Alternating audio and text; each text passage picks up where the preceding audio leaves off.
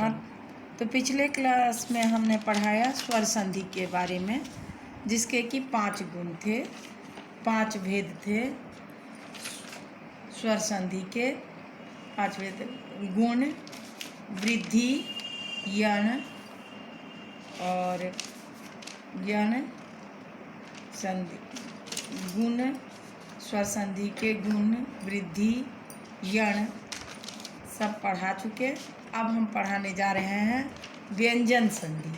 व्यंजन संधि, व्यंजन संधि का डिफिनेशन पहले हम जाने कि व्यंजन संधि क्या है।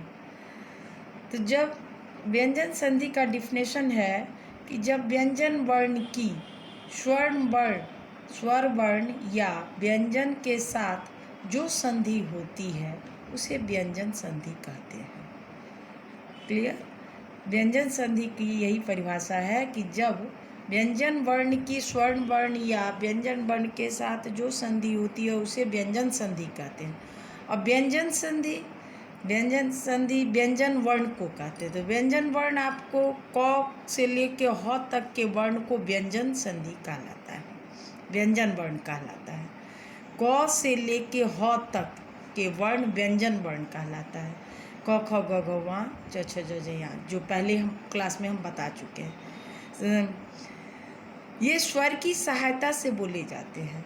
जब इसमें कोई स्वर लगा हो न हो तो अगर स्वर लगा नहीं हो तो नीचे हलंत लगा रहता है। जिस तरह की, जैसे कि हमने यहाँ इंडिकेट कर दिया है कि जिस वर्ण में अगर स्वर न लगा हो तो नीचे हलंत लगा रहता है। जैसे क पूरा नहीं हुआ, क जोड़ अ बराबर क होता है, लेकिन अगर अ नहीं देते हैं तो उसके नीचे हमें हलंत मार देते हैं, लगा देते हैं, तब वो संपूर्ण क हुआ।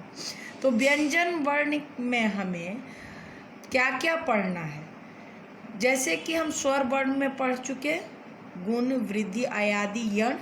इसी प्रकार हमें वर्ण में हमें क्या क्या पढ़ना है। तो सबसे पहले हम पढ़ेंगे व्यंजन वर्ण के रूप में अनुस्वार, परस वर्ण, छद्म और तुकागम। इतना हमें व्यंजन वर्ण का पढ़ना है। तो अनुस्वार में यदि म से परे कोई व्यंजन वर्ण हो तो म का अनुस्वार हो जाता है। क्या है?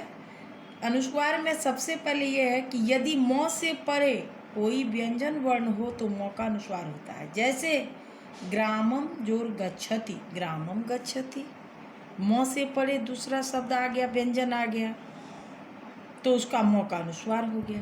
पाठम स्मरति, तो ठ के ऊपर ठ व्यंजन है, उसके असमान स्वर आ गया तो विसर्ग हो गया, वो अनुस्वार हो गया। इसी प्रकार ये अनुस्वार की संधि हो गई। छद्म की संधि, यदि पूर्व पद अ उत्तर पद श हो तो छद्म की संधि होती है। तो संधि बनाने से पहले हम कुछ बातों को ध्यान में रख लें कि व्यंजन संधि के कुछ नियम हैं, किसके स्थान पर क्या आता है, पहले इस बात को हम जान लें।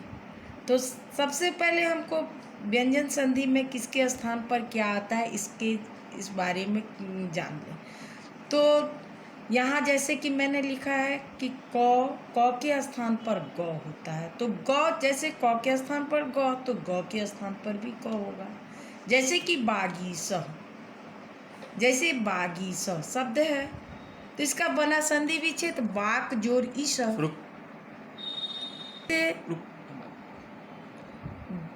जैसे बागीस का संधि है बाक जोड़ ईश, तो क